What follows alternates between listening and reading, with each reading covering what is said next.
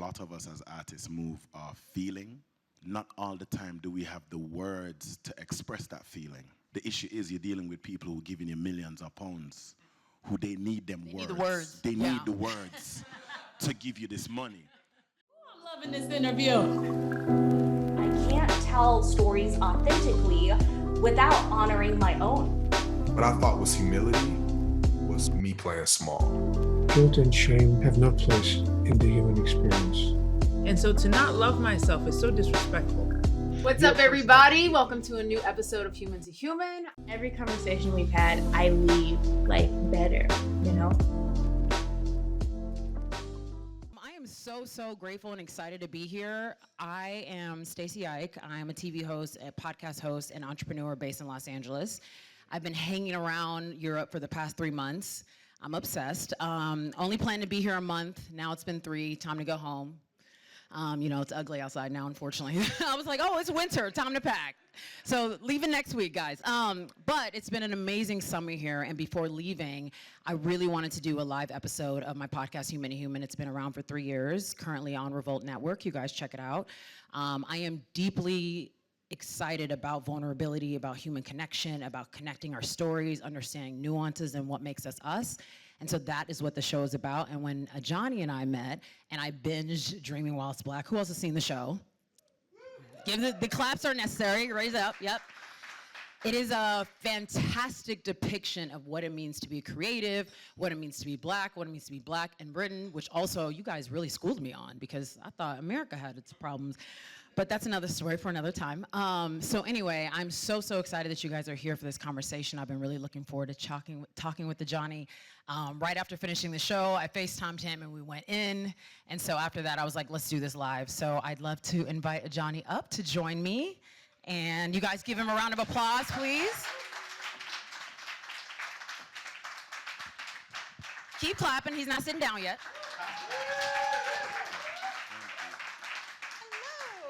Oh, go on. Right before this, I was like, are you excited to go deep this early? He was like, okay, let's do it. I'm so excited to have this conversation. As I told you, when I FaceTimed you, when we talked, when we went in, I deeply resonated with the black experience, with the creative experience. I empathized with you as a man, had a lot of conversations about that. And now I'm excited to hear like a little bit behind the scenes, obviously, of the journey, and I'm hoping everybody's excited about that as well. Thank you.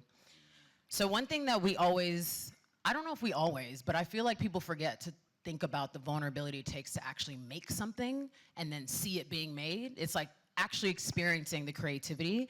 And as you have grown as a leader, I'd love to know what are some of the things that you're learning, what are the learning curves you're learning about yourself as a leader, because you're now sharing your vision with production companies and networks and bigger teams, and now it's not just you and your idea, you are sharing this with multiple people. So what are some learning curves you've experienced? Trust. I think that's one of the main things, because initially when Dreaming While It's Black started, it started as a web series. And it's literally just me, like 5 friends, you know what I mean? And most of the actors were non-actors, like literally friends from architecture school, film school, just cousins, aunties, you know what I mean? Like my friend's mom played my mom, you know what I mean? But in that small unit, there's control. I controlled everything, right? So even though other directors directed episodes, if I didn't like something, I'd be like, yo, bro, like, just put the camera there, innit? So let me get my thing. But in stepping into, like, BBC, stepping into, like, with A24, and it's like, no, you have all these other people. And not everybody look like you. Yeah. And what you learn throughout that process is that you can sell your vision, but the reality is, like, people ask me all the time, like, yo, how you pitch Dreaming While It's Black? And I'm like, we couldn't pitch it. The pitch is, it's about a dude trying to make a film. No one would hear that pitch and be like, yes, this is a great show. You know what I mean? So subsequently what that means is when, you know, with execs and with, like, networks, them kind of get your idea, but not 100%. So it's that weird dynamic of trusting people, but also trusting yourself to know when to push back and say, no, actually, we're not parallel, we're like 1 degree off. But we need to curb it now, because if we don't curb it now, we'll get in at the edit and everybody vex. Which has happened. Like for our pilot, we made 3 different pilots. Like me and a producer and the crew make 1 show. Then our commissioner made a slightly different show, but then the execs, they have a whole other show where them feel like them they make. And I'm just like, guys, everybody read the script.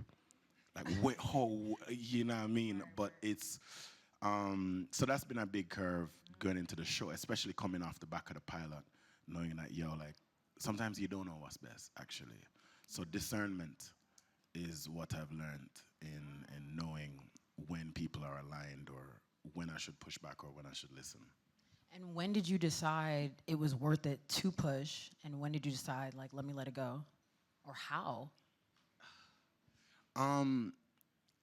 You have to trust your instinct, but I feel like equally, as much as people say that, people don't invest in developing their instinct.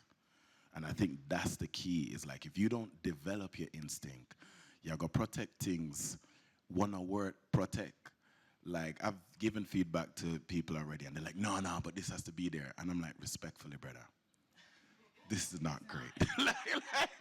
But you don't know. So is for me, is putting in the work of like reading.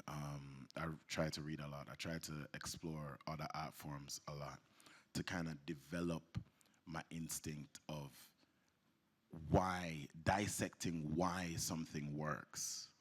Because that's the thing as well. I feel like a lot of us as artists move off feeling, because that's what it is, right? Like intentionally expressing through our means. But not all the time do we have the words to express that feeling. The issue is you're dealing with people who are giving you millions of pounds, who they need them words. Need the words. They need the words to give you this money.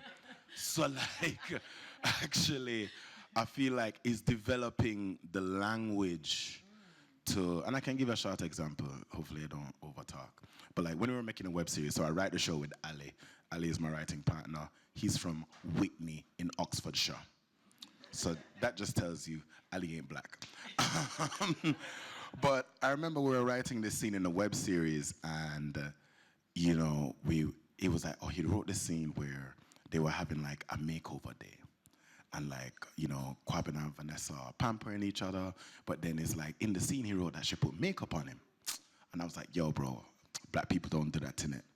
And he was like, what? What do you mean black people don't? And I'm like, bro, man, them just don't do that. I can't tell you what it is, black people don't do that. And he's like, nah, bro, like, nah, accept that actually. Like, why? Explain to me why black people don't do that. And I was like, all right, cool. Let me go in my WhatsApp group. And you know what I mean? Explain that. Like, you know what I'm saying? But then the funny is, we're going on the WhatsApp group, and I was like, yo, any man have them girl put on makeup on them before? Yeah, but obviously it was like a joke thing, innit? Like the little pictures like that. Like, I had to be like, you know what? Maybe that is a me thing. That actually nobody now put makeup on me, but I was like, so I had to concede and be like, oh, actually, like my experience is not the black experience. It's only my experience, right? So is in reading and being able to articulate certain things that when we're having certain conversations and there's certain pushback, I can say to the network or I can say to an exec, actually the reason for us not doing this is because XYZ, right? And it's like to protect XYZ community or how they're represented. But if you don't have the language and you're just like, no, it just don't work.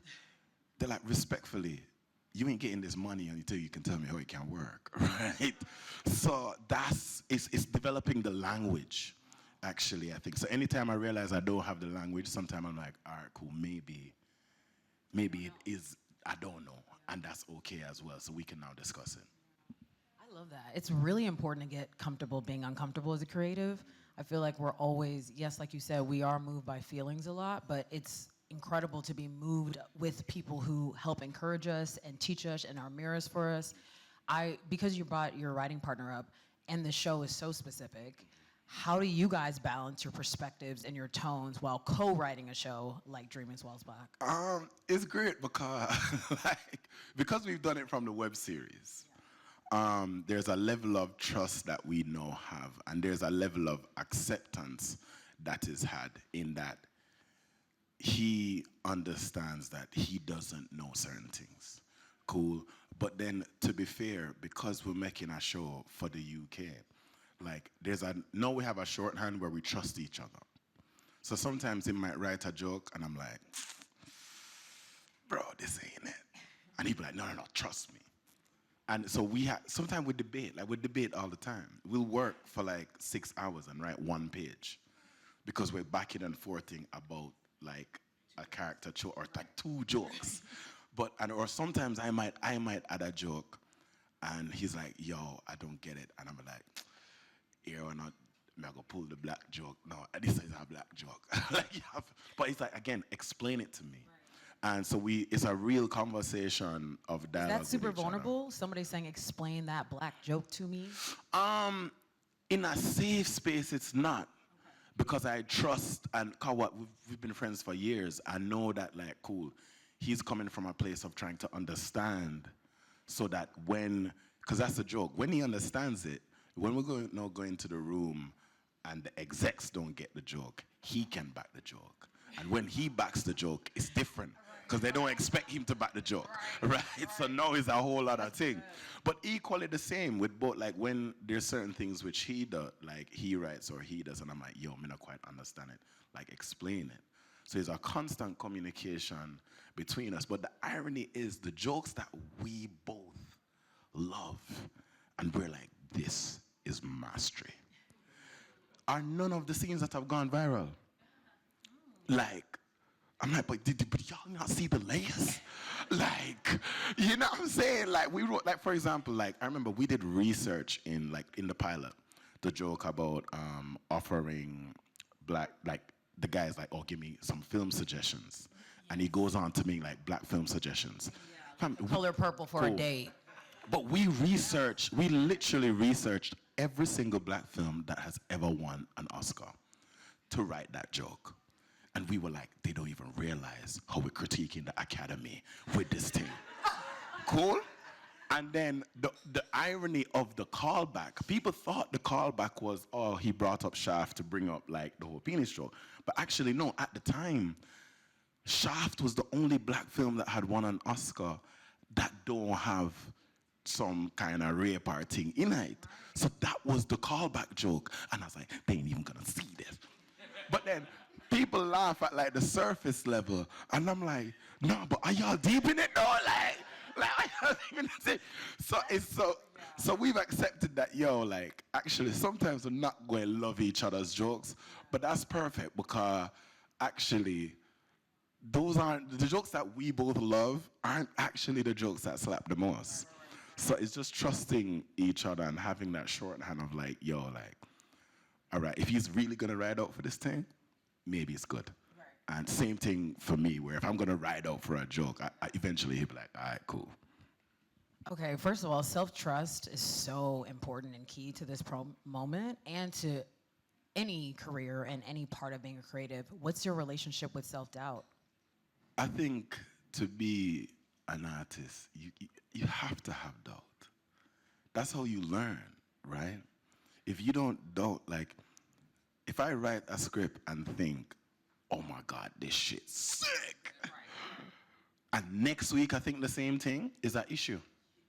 I have not learned within that week to grow past that stage in life to think that this is still the best thing I've ever written, right? So I think for me, doubt drives me to, okay, how do I reassure this thing? Like, how do I, which is why, like our pilot, we wrote 45 drafts. Like coming up. Hold on. What?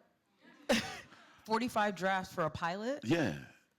But when you get one shot, remember, right. they were like, yo, you're going to get this pilot. It may not make it. Just to let you know. Right? And I knew that there were like 2 other black shows writing pilots. I'm like, boy, with a love for all I will go through, but the thing, just knowing the odds in it, the landscape techie. Like, we got one shot for real. So, but it was constantly deconstructing scenes and building them back up. We write a joke we think is sick, come back to it and be like, actually, is this the best version of this joke? Let's swap the lines and see if it works. And we like send it to the producer and they're like, nah, put it back. So, like, you know, so it's a constant back and forth. Even leading up to the show, we were writing like a draft a week. Literally start Ep1 Monday, Friday submit, Monday Ep2, Friday submit, and we'd go in like these 6-week cycles of churning out drafts. And what you'd find is, again, because we were writing so much, by the time we get back to episode 1, well, actually, nah, this is not as good as we thought, right? So I try to reinforce doubt creatively by learning, but equally, like, my friends will know me. Like, some people, like, my friends know me, they will be like, yo, this nigga has been the same forever. Like, but I had to boost myself. Like, as a teenager growing up, like, I was that middle person, that nobody, right?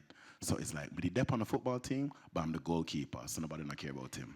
Or like, me dep on the track team, but me run 5,000, so nobody now watch my race. That's when you go get lunch. Yeah, so I was like in the middle of like not really being seen. And Wait, did you know that while yeah, you were growing up? Yeah, You because did? so one of my best friends is weird because I was like the friend who hung out with the cool kids because my best friend from primary school was that he ran the 100. You know what I'm saying? So man runs the 100, man's on the football team, he's a winger. So, you know, so it's like, man, I hung out with all of the cool kids, but the boy not really checked for me. You know what I'm saying? Or like even, so I've always been in that space of like amongst people who are doing great things, but not being that guy. So, but I remember sometime in sixth form, I was just like, nah, man, y'all sleeping on me. Everybody's sleeping on me. And I just developed this like ego of like, all of y'all are sleeping on me. Like, and it's like, why? And I'm like, because there's no reason, y'all just sleeping on me. And at the time, and I said this now with a very big pinch of salt, at the time, Kanye had just come out, like for college dropout. And he was saying he's the best rapper. And I was thinking, wow, he gets it. like, there's no reason why this man should really think he's great. But I like that confidence. But it's funny, so I think outwardly, and this even goes with my appearance and like my hair, it's almost like I just need enough self-belief to be just higher than my self-doubt. And I can exist in this space. Isn't that crazy that it's the whole job to actually just believe in yourself? Like, I think it's a cliche when they say it, but then they say it because cliches are true usually, that just believing yourself is half the job. And the fact that you brought up what it was like growing up and where you saw yourself, I feel like we all have done this, but when you're growing up, you're usually abandoning parts of yourself to be liked or to be loved or to be seen. What parts of yourself did you abandon, and have you been able to pick it back up? Yeah, I feel like cycles, if you look at like, life have a way of being connected. So even like butterflies, like them start out as a little caterpillar. I remember even in high school, like, you know, project have a caterpillar. And then it go in the cocoon and you're like, this is dead. Like, it look ugly, just brown and trashy and dry out. And it's like a week later, you see a butterfly, you're like, oh, right, this look good. Like, and I feel like there was a while where not necessarily people pleasing, but being like amicable to everybody. So like hanging out with people who may not necessarily think are great, but like, you know, they're the guy, right? So I want to be like cool with the guy or whatever. So I allow people for chat fuckery what I not necessarily believe in, but I'm not gonna really call them out because I want to hang out with them. Or me I go party. Like, I remember even uni coming to England was a whole minefield. When I go there, like eat at rave party. And Me I act like me like inside a fabric. Me I like, you know what I'm saying? So I think it's just age and maturity, like just, and that's the thing I think for me about when I inflate my ego so much. Personally, it becomes I need to prove this to myself now. Like you say, you're the guy. Are you? Like, you better be the guy. Like, so I feel like just in that process of like, you know, growth and like reading and learning and stuff, I started realizing that, oh, like if I try to be somebody else, I'll never be as good as them. So the real question is then who am I? Because nobody can be me, right? And it's, even I can say you want to go deep. Okay, cool. Even for me, pushing against, like I've always had a complicated relationship with my father. And I've always pushed against, like, I don't want to be nothing like him. And actually, it's funny, it was after he kind of passed, I was like, Rob, but I am actually like him in many ways. And it's being able to see that and dissect that and be like, okay, cool, what attributes of him do I have? And what attributes of him, like what attributes do I have that I like? And what attributes of him do I have that I don't like? And taking the conscious effort to like shed those traits or those habits. That's why, listen, artists need to go therapy. Artists need to go therapy. You understand? You can't just rely on your music to keep expressing. Like you see these rappers, and then you hear them lyrics, and you're like, raw. Like, but I'm like, nah, go therapy as well, bro. Like, don't wait till you're in at the studio. You know what I mean? Man, I wish a rapper would actually rap about therapy, because that's like really real. It's not really real for They me. subconsciously do. Like even, I remember there's a tune, Tion Wayne have a tune him drop, I think last year, named Healing. Yeah, and it's a proper like drill beat, and when you watch the video, him and gangsters are her. But in it, the man say, yo, who don't hear must feel all this time I've spent on the roads, I'm healing. And I said, raw. Are you man preying this? Like, you can do this bad man thing, but bro, like, let's take a second and dissect what you're going through, right? But yeah, that's why I feel like them for talk about it more vocally. Thank you for sharing that about your dad. How long after he passed did you start that realization or healing process? No, a couple years. I'd say a couple years after, because I'd say there's a lot of, I don't want to say resentment, but I guess it was resentment if you use the definition of the word. But also just having time to process it and like having conversations with my stepmom as well. So actually learning why he was the way he was and understanding him. And I'd be like, all right, cool, I get it. Still move like a dick, but like, I get it. Like, you know, so I think it's that understanding. What type of mentor should every creative have? Because you've talked a lot about the people, the mirrors, the things that have helped you see your work differently or better. Who should everybody have in their life as they're on their creative journey? It's weird, because I've never really had like a solid mentor. And I've always wanted one, because every self-help book you read, them say get mentor. But I'm like, but one if you can't find none. You know what I'm saying? Like, I've tried to get them, and they say, oh yeah, send me an email, and you know, no come back. Right? But to be honest, I've found comfort and drive through friendship. It's like, you know, it's like, I remember Issa Rae was saying this thing is like, oh, you know, network across, don't network up, right? And I remember saying it one time, and somebody's like, oh, Johnny, I moved to Hollywood now because the man make him look a show. And I'm just like, nah, bro, but when I was making my web series, me and my G's were making short films. And it's like, I would see his short film come out, which I helped make. But I'm looking on his thing like, rah, nah, man can't just go past me like that. Let me keep sure do my thing. But he's helping me make my thing as well. So we help each other build, and subsequently, like there's a whole like little group how we know that we know each other from like 2013, 14, where we're all now working in the industry because we've helped each other. And to be honest, we had time for each other. Like all of us were unemployed. So like, you know what I'm saying?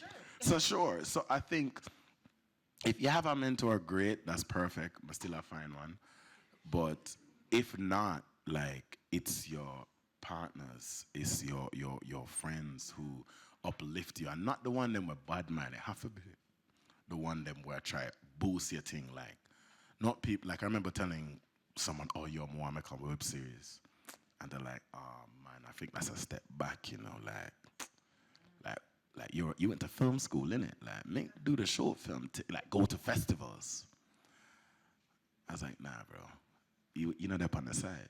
Yeah, it's also knowing which friend to go to. Yeah, that too. But yeah, no, I do think friends, for like people who support you, you know, I think that's important. Even, again, sorry, I'm over talking, but I guess that's why I'm here. Yeah. But I remember when I was doing the web series, I wanted to do a premiere in London, and I was like, yo, I want to do it in Leicester Square. Cool. And I was telling my virgin, and he's like, oh, yo, like, I was like, yo, dog, like, we might do a premiere in London and Jamaica, because some people in Jamaica were interested. And the man said, nah, dog, you know what you should do? You should do a premiere all over the world. And I'm thinking, rah, can we? And it's just simple. I start link up people who, I was like, oh, yo, like, you don't want to show a thing? We screened it, like, same day, right? In London, Jamaica, Miami, Toronto, Kampala, Amsterdam, and China, same day.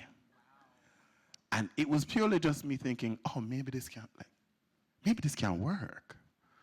And I was like, let me ask somebody and see. And just start sending out feelers. So like, but you want that friend. That's actually the friend you need. Yeah.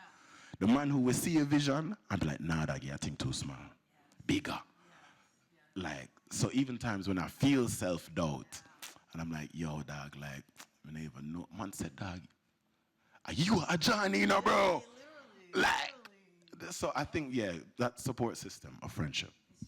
It's huge, and it's something like we can't take lightly. I can't think of how many friends that I have that I've been able to call. I mean, even the friends, even doing this, I was on the phone with my sister 9 days ago, and I was like, man, I really want to do something before leaving, and I just watched the show, and it was so good, and she's like, do an event. I hung up, and now we're at the event. Like, you see what I'm saying? You know what I'm saying? Like, and she called me this morning like, you're crazy. I'm like, but you crazy too, and I appreciate you. You know what I'm saying? Like, I really did that. She was like, I just said it, and you did it. And it's just so beautiful to know who those people are and make sure that they feel good, seen, heard, and loved, so that they can continue to pour into you and you continue to pour into them. What is one of the biggest sacrifices you've made? What, to get here? I don't know if it's just to get here, because you still have so far to go, but you know, but in general, throughout your journey as human being, yes, and creative. It's funny because I have a habit of, like, when I get in the zone of like creativity, I'm gonna get super tunnel vision, like super tunnel vision, actually. And that normally comes at the expense of relationships. I was just about to say, what's your girl think about that? Yeah, all you know right, what I'm yeah. saying? It normally comes at the expense. And funny enough, actually, and I'll say this here, you see, you want to go deep.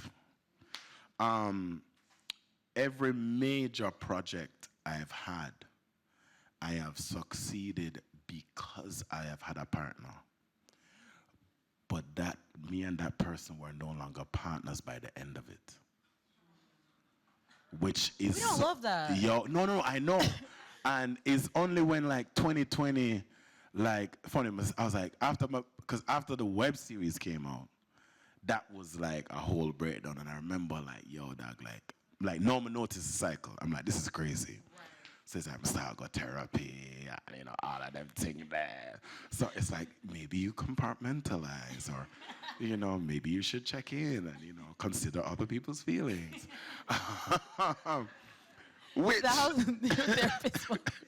Which, you know, I feel like I have a much better grasp at now. I'm still working on it, but I feel like, no, I don't know, it's balance. It's working on balance, and I'm still working on balance. I feel like I'm much better at balancing stuff than before, but I'm sure say I'm not perfect at it. So what was it while you were in those relationships that you feel did not make it work? Was that you couldn't balance having two important things in your life at one time? Was it that you felt like something was going to take over your creativity or distract you? I think it's being blindsided. That's the thing with tunnel vision, right? You can't say left or right. You just have to say, like, film, cool. What's in it? Need more money. Need more edit, promo, and you keep running. And meanwhile, it's the lack of thoughtfulness to say, how are they doing? Or am I neglecting them? And that's why I said the success is because of them, because at both stages, they were still supporting me. And it's like, but you know what? There's a emotion called ame. It's a Japanese word, and it's not translated in English. But they're like, the rough translation means to take from someone, or to pull from someone, knowing that you don't have to say thank you because they know that you're grateful.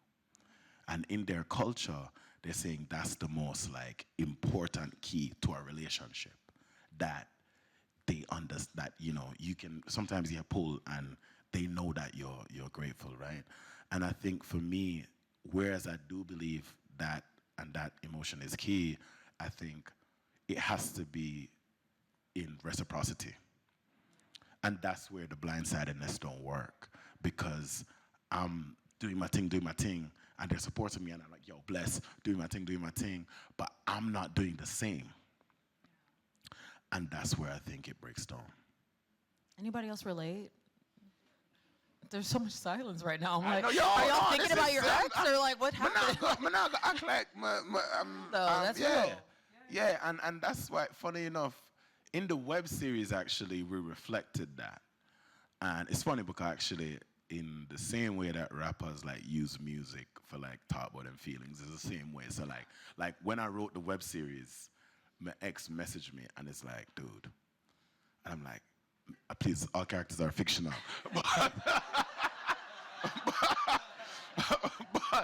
But that was me writing and me acting was my way of working through it, and was my way of acknowledging that actually I know I was toxic, right? Me not necessarily did tell you, but like if you watch it, you will realize I'm a no. Like, you know, So have you told them now? Oh yeah. Okay, I've been going to therapy. I've been going to Okay, therapy. You know what I'm saying?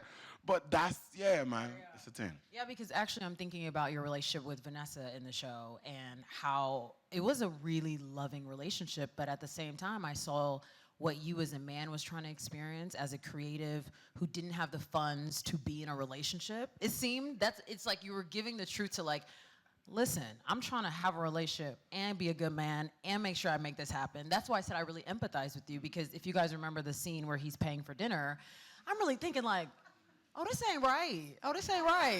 Like, I didn't love that for you. I mean, you went into negative so that they could feel good. But I get you. Like, if I'm the woman there, I'm thinking, man, he's such a nice guy, right? But if I'm his sister, I'm like, why'd you pay for them? You see? So it was just, because I call my brother like, hey, I love you. Don't you do anything you can't do. Right. Like, I really empathize with you as a man. So part of that also was like, I empathize with you as a creative too. And I was thinking just for any creative, as we're building and trying to stack and be present to the other relationships we have. I don't know, even for that scene, like, what were you trying to say? Or were you just trying to bring the conversation to the forefront? I really like preaching, you know what I mean? So even with my work, I not try to preach. I just present the idea, you can discuss and agree or not agree if you want, right? But it's funny, because for the TV show, again, because we had a bigger platform, we were very intentional of like, yo, this might be the only black love on British television. I don't know who else making what, but currently, nothing about. So if we're gonna do it, we have to make sure, like, what are we trying to say, or what are we trying to do?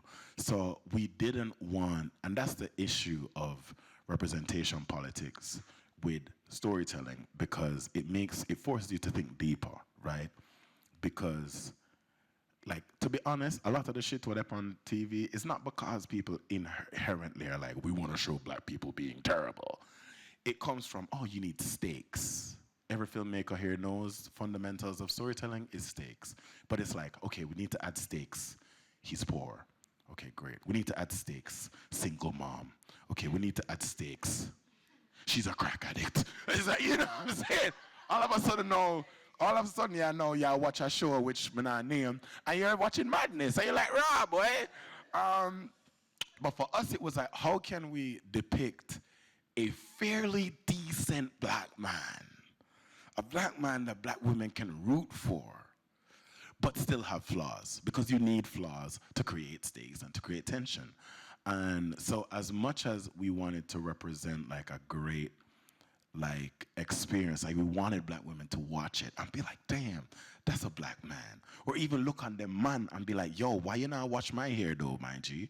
You know what I'm saying? Like, but at the same time, it was like, cool, I've been in that, the financial juggle or the hiding, like, which is funny again, talking about like exes and like reflecting. I've been in that situation where I'm with my partner, her older brother, who's like in finance, and his wife and her friend, and we're all having dinner at a bougie, we're like the Savoy, and this is like before the web series. So you know, said the money very low. So I'm just like, all right, cool, you know what I'm saying? And my girl understanding to she know what going. So right, and she was just like, yo, just make you know, say my brother kind of, you know what I'm saying? Like, just deal with it. So anyways, boom, order. Again, man know the thing. The vegetarian stuff is the cheapest. Bang, order that. And I said, oh, right, you don't want like steak or, you know, them have like aged steak. But I don't know how the steak is. No, I'm a vegetarian. Boom. But, so I was just minimizing my, you know, it's like, you know, like my carbon footprint. But I do my part. Like, you know what I'm saying? Right? So the bill come now. I'm going to see the bill. I'm going to say, rah. All right, cool, but obviously I've done my part. I've ordered lager. Right, I'm 18 salad. pounds. Yeah, I feel you. I'm good. I feel you. But then it's like, oh, okay, cool. She will split the bill. And then my man's like, no, man, the guys can take care of it. Nigga. And you're the other guy. And I was just like, oh, boy. And even my girl was like, no, stop being like that. He's like, no, yo, Adjani, you good? And I'm like, and imagine trying to say I'm not good. Yo, like you know what I'm saying? Really, it's no, over. It's a thing. So I'm like, nah, man, I'm good. And so I was like, all right, like, how about let's bring that into the space? Like, how much if we're to create flaws, it's like, okay, cool. If you're in a relationship, you should be able to trust. You should be able to be honest and be vulnerable with your partner. But how do you do that when you know you don't live up to the objective expectations of what it means to be a man, right? So subsequently you take L's like that, or you know what I mean? So I was like, actually, let me show that and have that discussion. So it's so interesting you're saying, yo, as a girl, you'd be like, yeah, but as a sister, you'd be like, nah. Absolutely not. Because it's a double standard, so right? So I'm just like, let's present it and y'all can have the conversation. And if when you I want say as a woman, I mean like I'm at that table thinking, oh my God, that was so nice of him. But I'm also thinking of my brother who has told me, this is how I need to show up and this is how I actually can. And as his sister, I'm like, show up how you can. Don't be anything you can't. But that would be different if I was experiencing it the other way. And I felt that. And I don't know if even, oh, go ahead. No, I was going to say, and funnily enough, and this is where I think society is interesting, because, you know, they have all these conversations now about, you know, fucking what people earn and all of that shit. And I'm like, but people, when I think historically black women have actually dated black men who earn less because of all the isms and schisms that have existed. Dating quote unquote down. The fact that we even call it down, but the down is purely based on a financial thing, is also something that is worth being discussed. But like, men still feel that like, ugh, like if I can't provide, what am I? You know what I'm saying? But anyways, leave continue. That was a really great scene, and I feel like the conversation is not over, but I hope you guys resonated, because I definitely was sitting there like, there's a lot to discuss. Even as a woman, I'm like, with friendships, as a creative, as you're building, if I'm an entrepreneur, my friend works at Google, baby, we can't go to that 5-star right now, okay? Because I'm about to do that interview next week that I'm paying for, so it's like that I'm setting up that production. But what if that's your partner's life? Yeah. Like, you see what I'm saying? Like, if that's her normal day-to-day, where actually on my own, with my girls, I would go to this fancy restaurant, and actually I want to experience that with you, because that's what I normally do. Now you're in a position, you're like, right, like, am I gonna thank myself just to be with this babes? You know what I'm saying? It's a conversation. I didn't like that bank charge. Yeah, no, I deeply resonate with that, and I thought that was a beautiful conversation. But I would love to ask you, what's the last thing that you forgave yourself for the first time?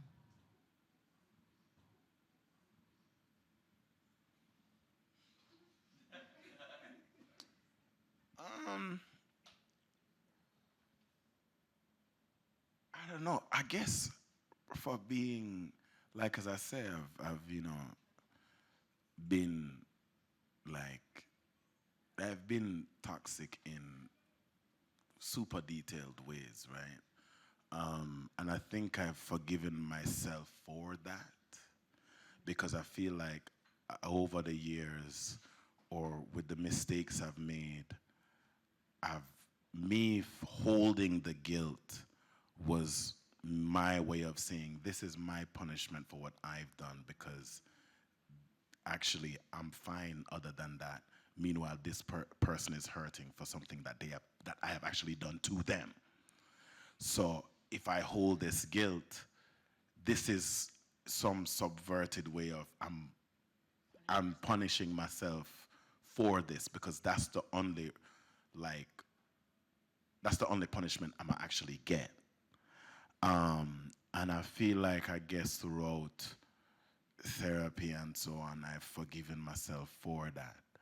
And actually, whereas I can, and it's a weird thing, but I guess, and it sounds crazy, but I guess in the process of like restorative justice, the whole idea is that both people need to heal, right? The person the victim of the situation needs to heal from that, but the person also needs to heal from the person that they were with that would allow them to do that.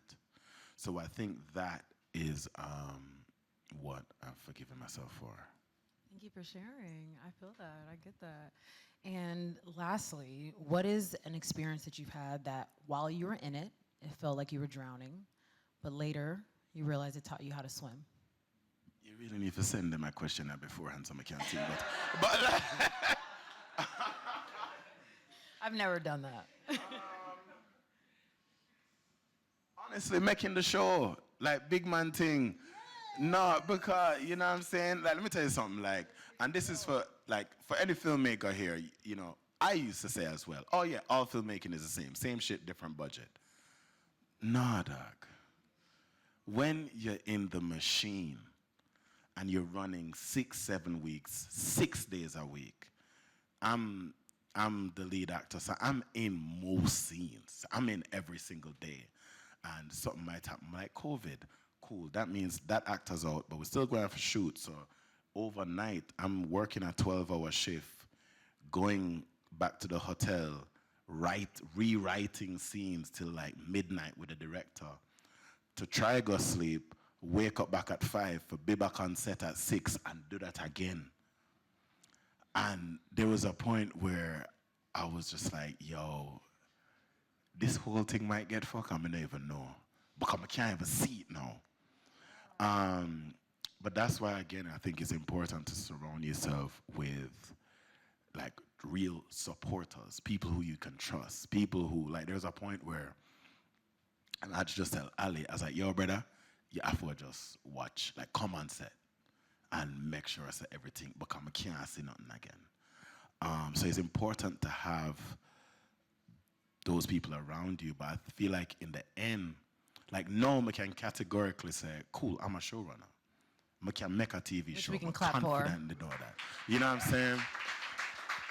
But at the time, I thought I scammed myself into a, like, I feel you. I was like, I have finally scammed myself into a position where I will get fucked. So yeah. Because to be honest, that was the start of my career. just to bring it back. My entrance into the film industry was, I was in Jamaica and my cousin was studying film, my older cousin. And he came down one summer and was like, yo, you know, he wanted to do some film shoots if I can drive him around. I was like, yeah, cool. So I'm driving him to these photography shoots, these photo shoots. And, you know, I'm 21 and he might do photo shoot with like Aline and, you know, all of them. You know, I said, be a hot girl. I said, okay, cool, we can do this. So I drive around and I help him film. And I'm just there like, yeah, we can hold the light. You know what I'm saying? But we ended up making sketches that summer. Like literally every week we'd make a sketch. Because oh, yo, I have this dope idea. Let's do a thing. And we did that all summer. And when he left, we got a call from Smirnoff. And was like, yo, are you the guys who made those, you know, sketches? I'm like, yeah, it's me make it. Because he was gone, so I was like, it's me make it. So, you know, and they were like, oh, we want you to do this online campaign that we're rolling out nationwide, da-da-da-da-da-da. And I was like, cool. No, remember, I just came up with the idea. He shot it, he edited it, everything. No, I just took on a whole Smirnoff campaign. I'm gonna know for shoot.